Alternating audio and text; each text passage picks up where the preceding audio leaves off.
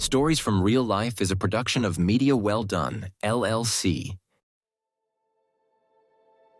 Welcome to another episode of Stories from Real Life with host Melvin E. Edwards.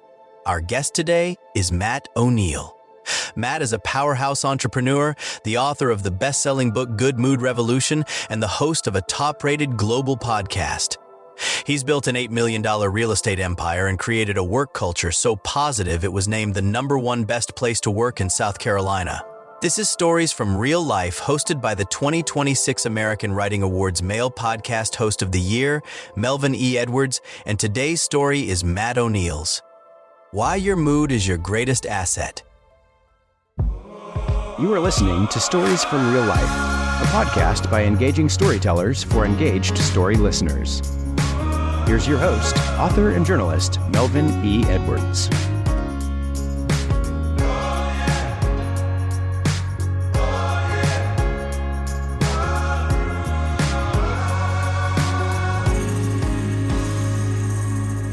Hello again, and welcome to episode 196 of Stories from Real Life.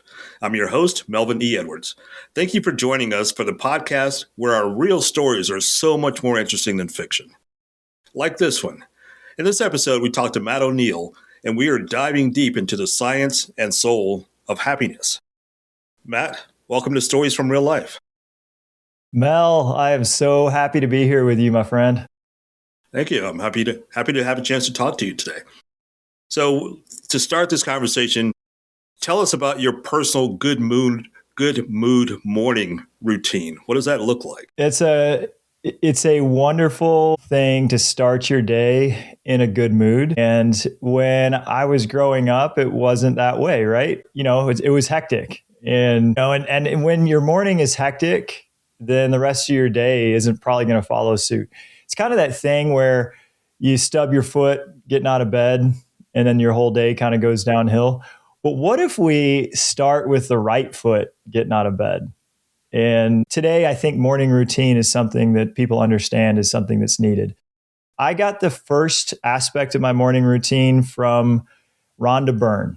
And she said she starts every day by putting her right foot on the floor and saying thank, and then putting her left foot on the floor and saying you. And then as she walks to the bathroom and walks through the house, she's saying thank you, thank you, thank you, thank you. And she said those words are putting her in a whole vibration of gratitude to start her day. I stole it. And that's how I start my morning is I say thank you. And I'm saying thank you, God. I'm saying thank you to the creator, to the universe, to this life-sustaining force that's allowed me to wake up today. And I could have had a bad dream. I could have watched a stressful show the night before. I could be worried about work, some things that come up in the middle of the night. Might not have slept well, but starting every single morning saying thank you is literally starting out on the right foot. And then I get my dog up and he's so happy to see me. So that's another happy thing is that dogs and animals, they give you a lot of love and he's jumping all over the place. He's so excited. And I have treats for him. So I give him treats because I want to spoil him. And it seems like little things and it seems like little easy things, but it doesn't have to be hard, right? Spoiling somebody who loves you, my dog, Lucky. And then that makes him happy. And then that makes me happy. And I'm awake before everybody else in my house because I want some time to really connect with myself and with what my plans are and how things have been going. So I get a cup of coffee and I sit down with a journal. And I started this habit, the journaling habit, probably 12 or 15 years ago, and I do it every single day to the point that I don't feel right if I don't do it. But with the journal, I got this. It's one of the best happiness hacks that there ever was. It is every day in this. I start my journal by writing down 3 things that went well the day before. And our brain has a tendency to focus on what didn't go well. So I don't have to train my brain to find what went wrong. It's going to come up with it and it's going to be like, oh, watch out. That's going to get you, or this person said that, or you were stupid in this situation. It's going to do that on its own. But what our brain won't do it unless we train it is say, man, you know what, Matt? Good job on that. Like, hey, when you made that person smile, when you did that workout, when you didn't feel like it, when you helped your child with their homework, like you did a good job yesterday. So I start every day writing down 3 things I did well the day before. So now I'm rooted in gratitude.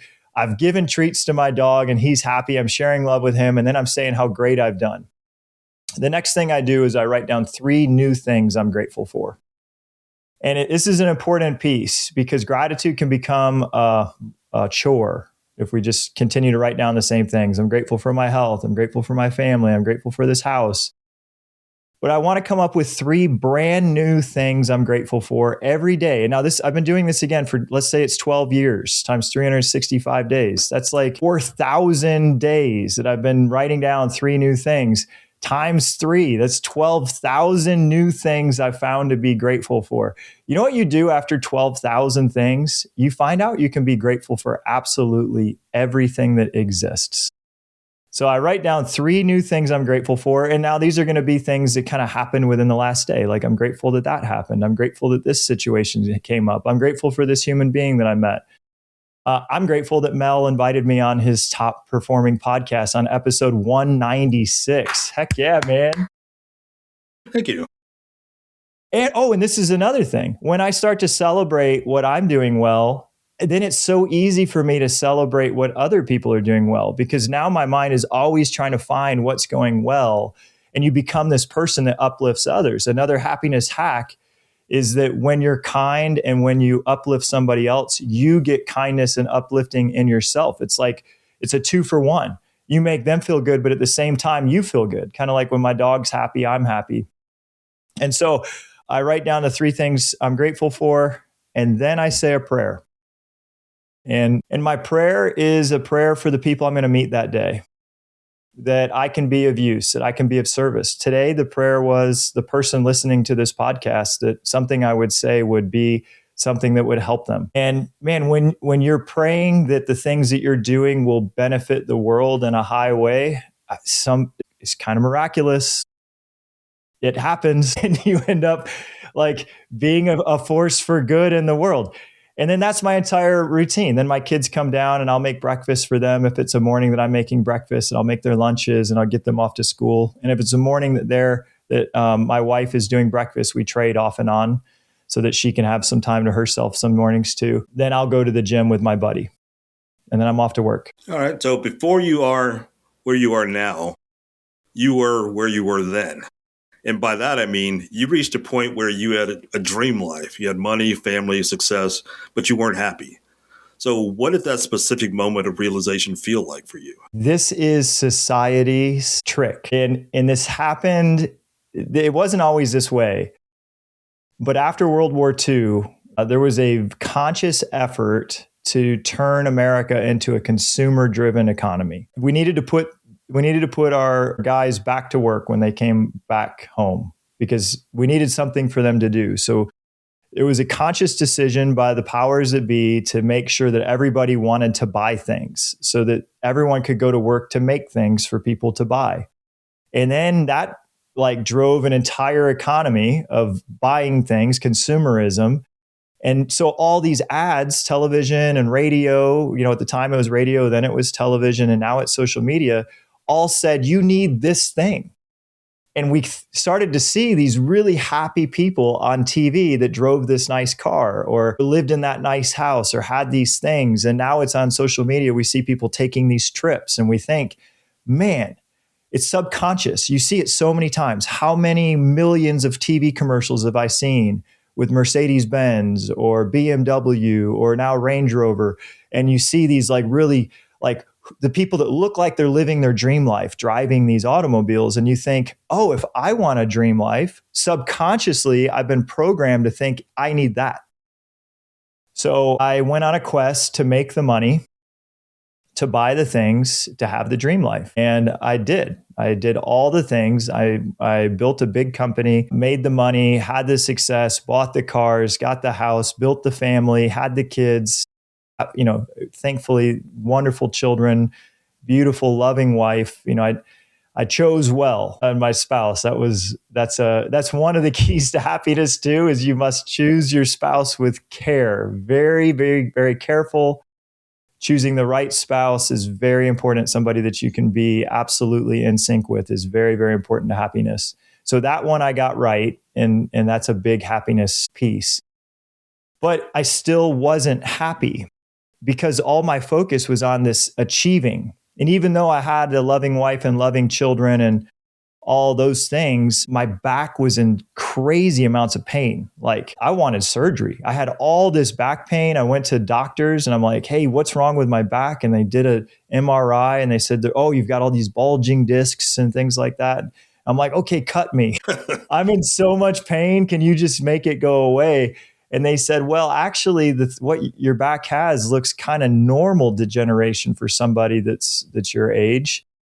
So we're going to send you to physical therapy. And I had ice packs I would use every day on my back. And I had these special chairs and I had special cushions. And it got to the point I couldn't bend over and tie my shoes. That's how bad my back hurt. And then I was reading a book with my ice pack and my special chair. And the book was one by Ben Hardy. And it had a section in it where this girl had an injury and she met this guy named Dr. Sarno. And she was talking about her injury. And Dr. Sarno said, I don't think that it's a physical injury. I think that it's an emotional injury. And it's manifesting itself through this physical pain. And that stopped me. And I was like, wait a minute. The acupuncture didn't work. The massages didn't work. The chiropractor didn't work. The person said he wouldn't cut me. His back pain is still here. What if it's emotional? And I researched Dr. Sarno's work, and he wrote a book called Healing Back Pain. There's a documentary about his work where he actually heals Larry David from the Seinfeld series, and he heals Howard Stern's back from Howard Stern's radio commercial or radio show. So he's a very famous guy, and his philosophy is that 90% of physical pain has an emotional component. And he said it shows up in the age of responsibility. And I was in that age. 3 children at the time, a wife that I'm accountable to, this huge career that I'm trying to impress everybody with and get the money to be happy. And yet emotionally, I've got all these issues emotionally. And so that sent me on a journey to figure out this whole thing called emotions. Because what I was doing is I had all these negative emotions, but I would just suppress them. And if you just suppress down the anger and the pain and the shame and the guilt and the frustration, you just suppress it and put a smile on and keep just grinding and going to work. Where does it go? Well, you're pushing it literally into your body and it turns into pain. And it caught my attention with severe pain. Thankfully, it wasn't cancer, but that's another way that it could manifest, right? You continue to push the darkness down and it doesn't get out because you don't know how to release your emotions. And I didn't know how. So then I became obsessed. With understanding emotions, read hundreds of books, hired coaches and psychologists. And then I ran a podcast for 3 years, a weekly show where I interviewed the foremost experts on emotional health and happiness, and then wrote a book with all those understandings about what the 8 primary negative emotions are and how to release each of the 8 negative emotions so that we can actually live positive. My next question, if you don't mind me asking the question to sort of lead into that. Yeah, absolutely. I just want to finish though with this: the back pain never came back. Okay, nice. I need that. I have back pain just about every day. I need that. Well, hey, and I said, Sarno says 90%. So there's still 10% where. Yeah, so you're saying I'm exceptional. That's what you're trying to say, right? You could be top 10%, Mel. I mean, podcast definitely is. But no, the back pain, sometimes you actually are injured and you do need physical manipulation and physical help. But in my case, it was 100% emotional. And this is the thing, my mom was just saying she was having back pain. And I was talking to her about it and she's like, oh yeah, I think I need to go see this person and this person and this person. I'm like, no, Mom, you're pretty stressed out because your sister's dying. And this is true. My aunt, I visited her a couple months ago. She can't get out of bed. And she's like, right. But what happens when we get super stressed is we constrict the muscles in our back And then as we constrict the muscles, it pulls and manipulates our spine in a certain way. And then that can touch one of the spinal cords. And then that, like, it's real pain. It's not fake, but it's the stress that's causing the muscles to tighten. And when we learn to release the emotions that are stressing us, the muscles release, and then the spine can go back into a natural position and stop pushing on those nerves. Wow. I definitely need to find out more about this. It sounds really watch the documentary. It's easy. Hey, Mel, it's easy. Just go on Amazon Prime or anywhere and find the documentary. It's called All the Rage, Saved by Sarno. And the guy's name is John Sarno. He's passed now. I think he passed away 10 years ago, but his work was revolutionary. Okay. I'm definitely going to check that out. So let's talk about your book first. You identify 8 bad moods. Which one do you personally struggle with the most? Well, I'll name the 8. And they're in order from the most destructive to the most positive, because some of these negative moods are positive, especially as we get into higher of the 8. I've struggled with all 8, and I still do. And there's no human out there that doesn't. And they'll keep showing up. Like, we don't get to live a life with no negative emotions. They are signals. They are information. Just like my back being in pain was information that I needed to deal with things I wasn't dealing with. Negative emotions are information that we need to deal with thoughts that we're not dealing with. And each of the 8 emotions has a primary thought associated with it that we need to deal with. And that's how we get past it. Because what happens is the thought comes first and then the emotion comes second. So the thought created the emotion.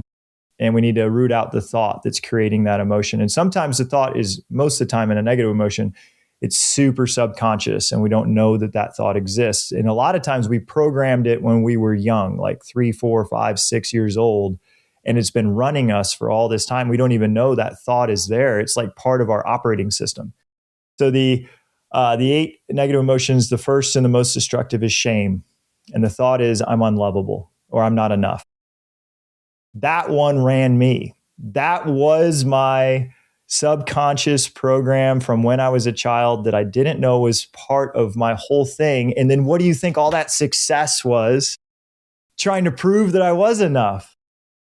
But even when I got all that success, I didn't deal with the thing that said I'm unlovable and not enough. And so I wasn't actually happy. So once I dealt with that thought, which is a lie, then the happiness could start to show up more. The next and the second most destructive I also dealt with tremendously, and it's guilt. So the other side of guilt shows up as judgment. If you see someone that's really judgmental, they're judging themselves harder than that. So anyone that is on the internet writing nasty comments, we see this a lot, or always has something negative to say about somebody else, they talk to themselves more negative than that. And that's guilt. And I had that. I needed everything to be perfect. Perfectionism is another aspect of guilt. And we can get past all this. We can get past all of these emotions by reprogramming these thoughts. And we can dive into any of them you want to. That's what the book is about. And then the next one is hopelessness. Hopelessness shows up when the first 2 negative emotions are running us so much that we think that life is actually hopeless, that we really can't be happy. And that no matter how hard we try, it doesn't matter. Again, it's a lie. There's a lot of people that go through some terrible situations and come out and then have this really beautiful life. So there's always hope. There's always hope for a brighter day.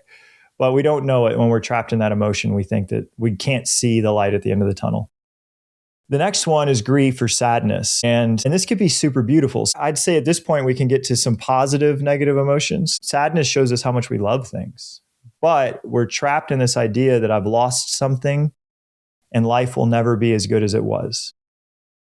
Again, as long as we believe that thought, it's true, but it's not true. I just read a story this morning in the book I'm reading about a woman who had a little girl, and her little girl was always wanted to be an actor, and her acting teacher called her Bubbles because her personality was so bubbly.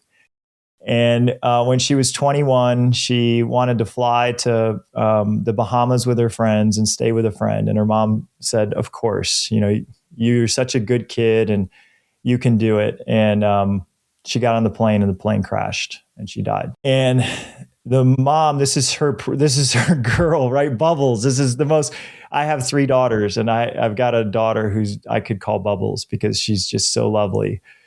And the thought of losing my little Bubbles had me in tears. And this woman, she cried every day, and her escape was sleep.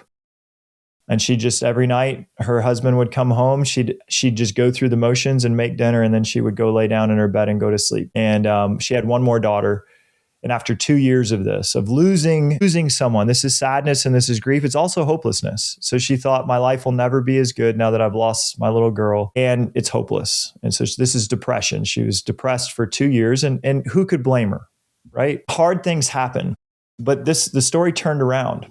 Her older daughter, who was 25 at the time, came home one day and she said, Mom, you're sad all the time.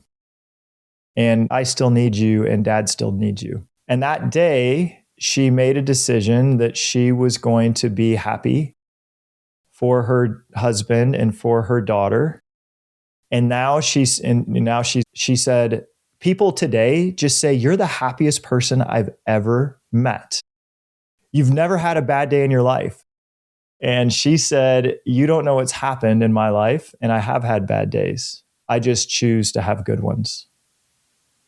So it's a great story to illustrate how we're the ones that are deciding the way we feel, not the experiences that we have. Even if we've had terrible experiences, we can choose to have a really positive outlook. That's great. And I have 3 daughters too, for the record, so I can definitely relate to that.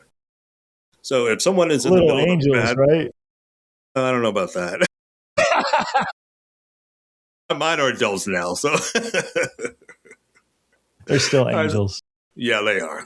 I love them. So for someone who's in the middle of a bad mood spiral, what's the very first step to breaking that spiral? The first step is self-compassion. A lot of times what we do is we add more guilt, which is the second most destructive bad mood, on top of the already negative emotions by saying, I should be happier. So we want to accept that we're doing our best. And we want to say, I have self-compassion for myself. I have gone through some hard things. Life is not always easy. I'm doing the best I can. So that's step 1, is to just accept ourselves, fully love and accept ourselves. Step 2 is to grab a paper and pen and start to journal. I said that I start my morning out with a paper and pen. Sometimes I can't think of things I did well the day before because I've got so many negative emotions and so many negative thoughts. And on those days, I just write down all the negative thoughts. I get them all on a piece of paper. That's what I recommend. Every negative thought you can, get it out of the head, where in the head, it just circles and circles and circles and circles, and there's no solving it. When we get it down on paper, we can do something about it. We can start to make a plan. We can start to say, what does this mean? If I have this thought, what's it trying to tell me? What could I do about this? And I can give you some examples from my life. I was spiraling.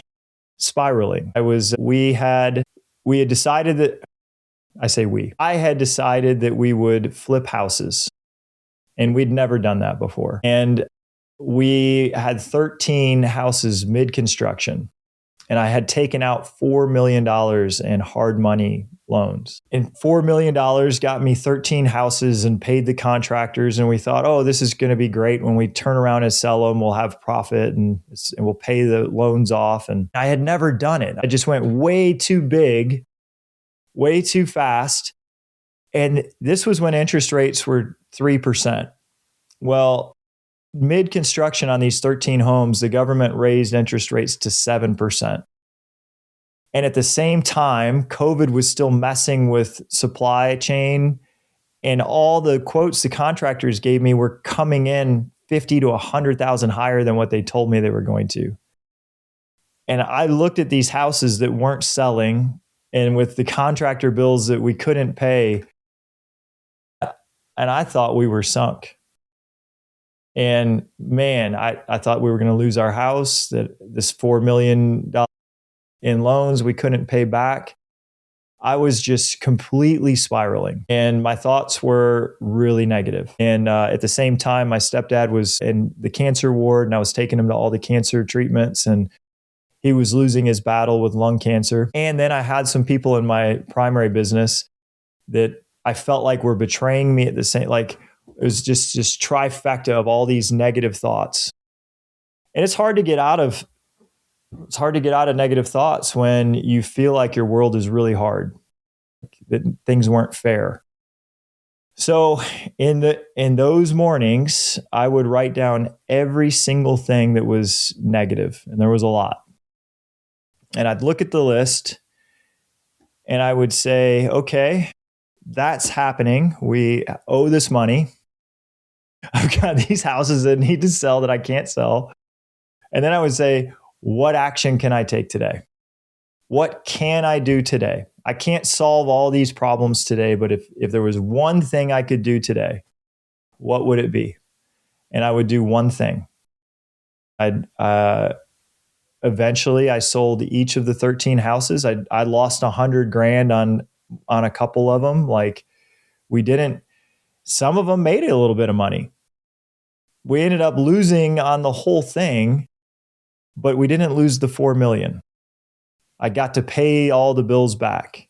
And one at a time, it took 8 months, but one day at a time, I got out of each of the 13 houses and paid the loan back. And my stepdad lost his battle with cancer. Sorry to hear that. I appreciate that. And we honored his life. My mom was having a really hard time. This was her high school sweetheart. And he was the grandpa to my kids, and they only live a mile from us. And we dealt with that. We dealt with the grief and the sadness with that. And we gave him the best, we spent as much time with him as we could. We went and saw him every day. And then we honored his life, and this is when life is hard, you go one day at a time and you say, what can I do today? How can I do the best I can with what I've got? And eventually, after all of that, man, the sun came out again. And life got really good. All right, that's encouraging. And you're on the other side now, and now you run the #1 best place to work in South Carolina. So what's the secret sauce for making employees genuinely happy? Everything comes from the leadership. I went to Business Mastery with Tony Robbins twice, and Tony said the chokehold of the business is the psychology of the leader. And he said that means also that the throttle of the business is the psychology of the leader. So working on my own emotional health and my happiness, and then becoming someone who encourages that in other people. And then that started to trickle down where I'm like, I don't just care if you're successful in your career. I care if you're successful in your life. And I wanted people to have amazing family lives and great health and great spiritual health and like a whole rounded great life, all of it. I want every person I work with to have this wonderful life. And then you just communicate that, and then you help them get it, and you talk about it. So my trainings aren't just how to sell real estate. They're how to live an amazing life. And I actually don't mind if they sell less real estate if they're having the best life of their dreams. And I'd say that's probably why we were named the best place to work. Nice. So as a father, let's go to the domestic side of your life now. You're father of 4. How do you teach these happiness skills to your children? The best way, kids don't do what you say, they do what you do. So if I'm telling my kids to do something, they're actually watching the way I live. So I just want to be a model. I want to model the way I want them to live their life. So if I want them to eat their vegetables, I better be eating my vegetables. If I want them to work hard in their athletics, I better work hard on my athletics. If I want them to work hard in school, I better be working hard in my career. And that's where it starts. And I always said this with my wife, Katie. I'm like, we're going to model the behavior that we want. And if there's things that we don't want them to do, if we don't want them to be heavy drinkers, we better not be heavy drinkers. If we want them to act responsibly and kindly, then we better give them kindness, and we better be responsible. And so it's the Michael Jackson song, if you want to make the world a better place, look in the mirror and make a change. I want to look in the mirror and be the person I want my son to be. And then, we've got preteens and their daughters. And they're not always kind. And so just the other day, my daughter was speaking really unkind to us. And I've just read this amazing parenting book called Parenting by David Tripp. And he said, the biggest mistakes you make as a parent are when you get angry. He said, nothing you say in anger registers with your child. Nothing you say in anger makes a difference for your child. The only thing that happens in anger is you feel remorse about it because you hurt them. So my daughter was speaking unkind and my wife was getting pretty riled up about it. And as I get it, I get riled up about things like this too. But I was rooted in this teaching that anger is not going to help me with this. And I just pulled her aside and I had a one-on-one conversation with her. And I said, when I speak with you, I speak with respect and kindness. And I want the same from you. And what I'm seeing today is not respect and it's not kindness. So can you model the way that I talk with you, talking back with me and your mom? And she said, I can. That was, it's just one conversation on a Tuesday morning. And she's spoken over the last 2 weeks with kindness and respect. But it wasn't me coming down. It wasn't me angry. It wasn't me shouting. If I shout at her and say, you be better, she's going to shout back at me later when she's frustrated.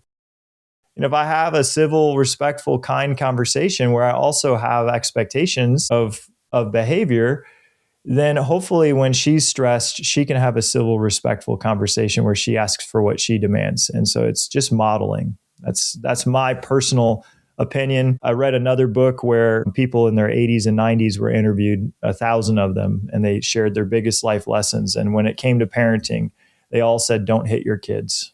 All of them who hit their kids felt bad about it. And that was their biggest life regret about parenting, was that they hit their kids. For me, I don't want to shout at them. Of course, I've shouted at them. Of course I have. I just don't want to anymore. That makes perfect sense. And that's actually one of the life lessons I taught to my kids. Never act out of anger, fear, or boredom. Ooh. Wow. I like that boredom one. People do some weird things when they're bored. They do some destructive things when they're bored. Yeah, that's good. I like it. So what's one happiness myth that you wish people would stop believing? That you can fake it till you make it. This idea that just put on a happy face and put a smile on your face and then you'll feel better. That I think that's the social media glossing over the issues. And we're the most anxious that we've been in society. I think we probably have the worst mental health that we've had in society. And I think it has a lot to do with this idea that I've got to put on a good face and show everybody how successful and how good I'm doing. And because of social media, I think that's created this. So that's the myth. The myth is to put on a happy face and pretend like everything's good when it's not. And the truth is, if you're not feeling good, you need to deal with it. As I said, I was pushing it all down and putting on the happy face.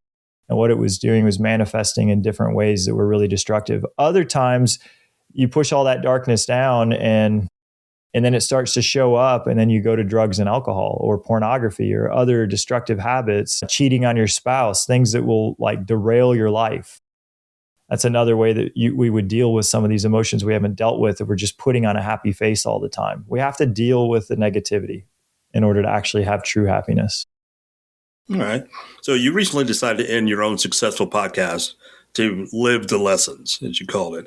What did that decision teach you about ego? Well, I loved doing the podcast so much because I got to meet all these amazing people like you, Mel. And that was my favorite part. My favorite part was talking with just wonderful people that I never would have a chance to talk with and learning things from them. And I don't know if that was ego. I just think I just really enjoyed it. But I wanted to be available for my kids, and they're not going to be here forever. They're going to grow up and they're going to be on their way. So even though it seems like it's only an hour an episode, you're also preparing and setting up the guests and thinking of the questions, and there's a lot of prep work that goes into it. So maybe it was 5 hours every week. That was just 5 hours that I wanted to be able to spend more being present with my family. So what do you want your legacy to be beyond books and business? This is for me, the eulogy experiment. I had ChatGPT write a eulogy from my oldest daughter about me when I died. I was crying, like reading the AI daughter, reading my eulogy at my funeral. And all the words that she said were about the way that I loved her and who I was showing up to be and the way that I showed up for her and the way that I cared about her and the type of friend that I was and the type of husband I was and the type of dad that I was. That's the legacy. Sure, I would love for my book to lift people up that I don't know, but I want to be the most uplifting person to the people I do know. I can appreciate that too. Having 4 children, 3 daughters, 1 son, just like you. We're so much alike, man. We're twins, basically. Yeah, I have a book that's coming out in a couple months, and I've said I want that book to be how people remember me. But that's that's the people outside of my family. I want my family to remember me individually, personally, lovingly. My book is called Nuremberg, Mississippi, and it's a novel. Ooh. It's set in the mid-'60s, taking the principles from the Nuremberg trial, applying them to Jim Crow, Mississippi in the 60s during the late part of the civil rights movement. Sounds gripping. Man, that could become a movie. I think it can. I actually have envisioned the cast. I don't want to tell you who they are in case they're listening. I don't want to let's say it. Let's say it and then get them on the movie. All right, who are you thinking?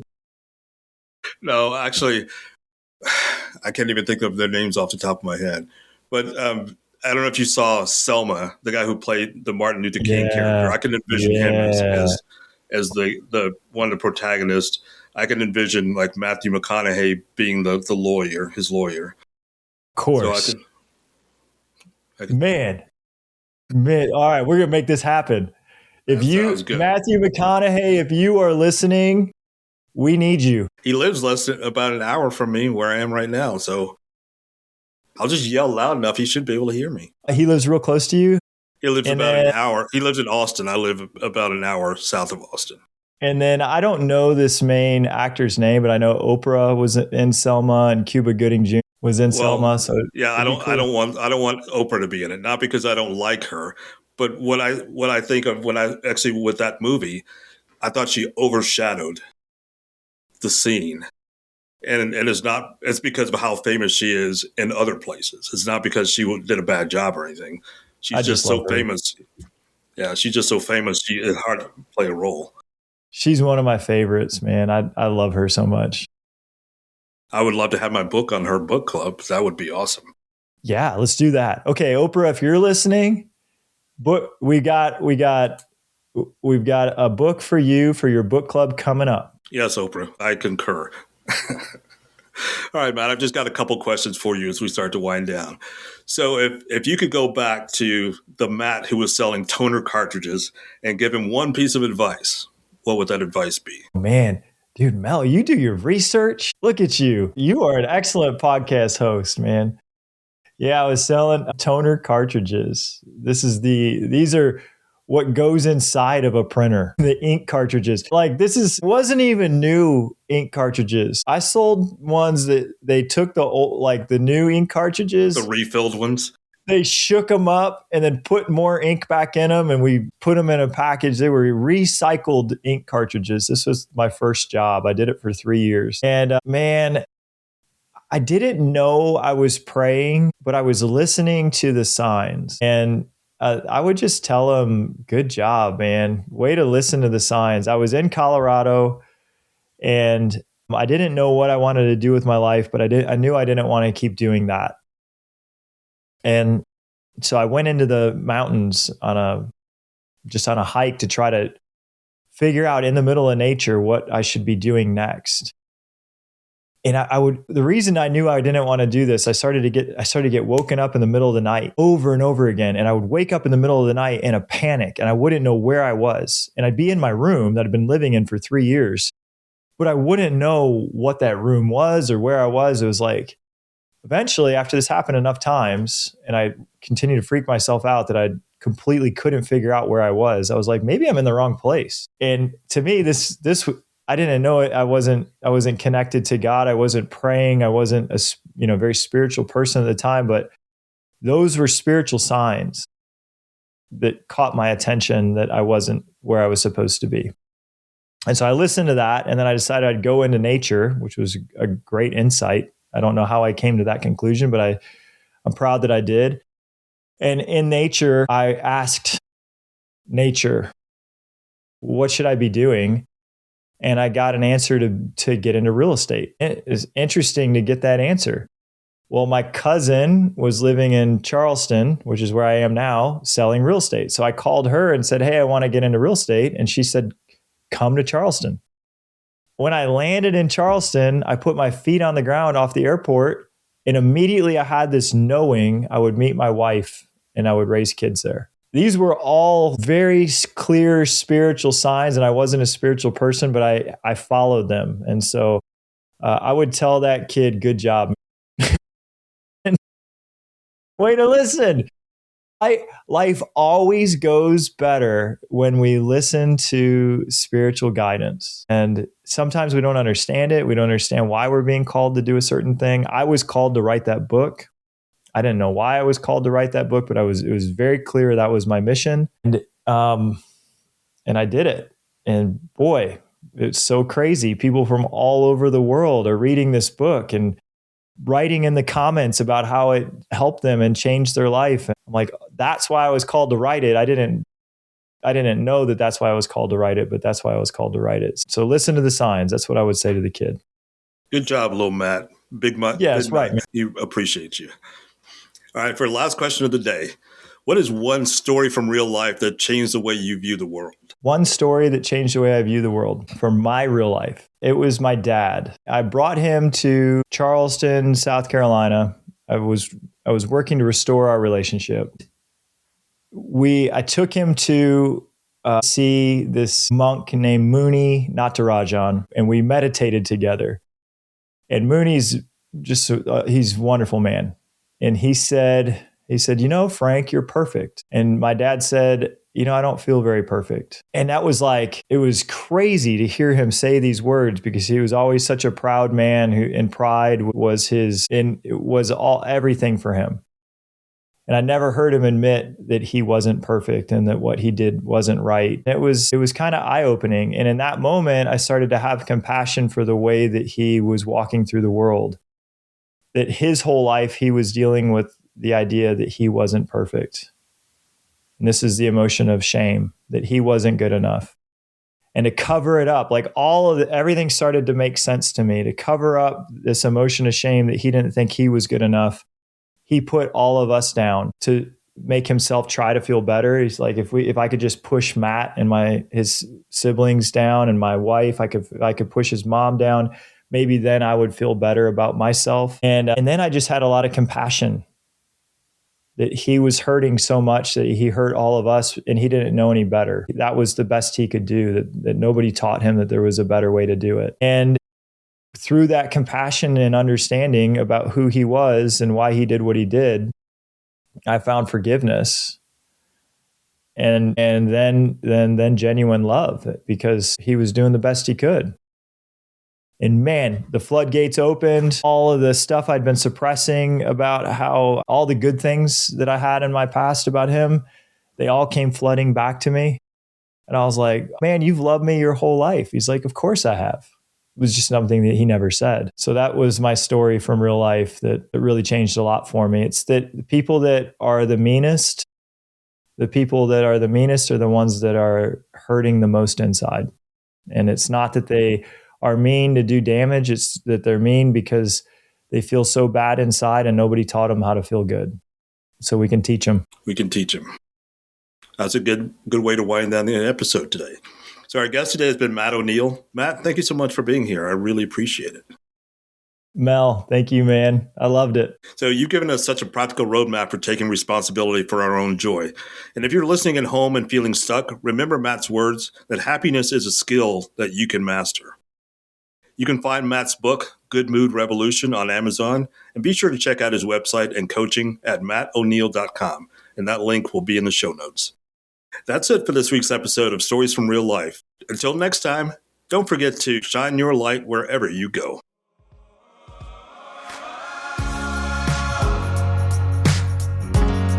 That was Stories from Real Life. Join us again next week for another great storytelling journey. See you next time.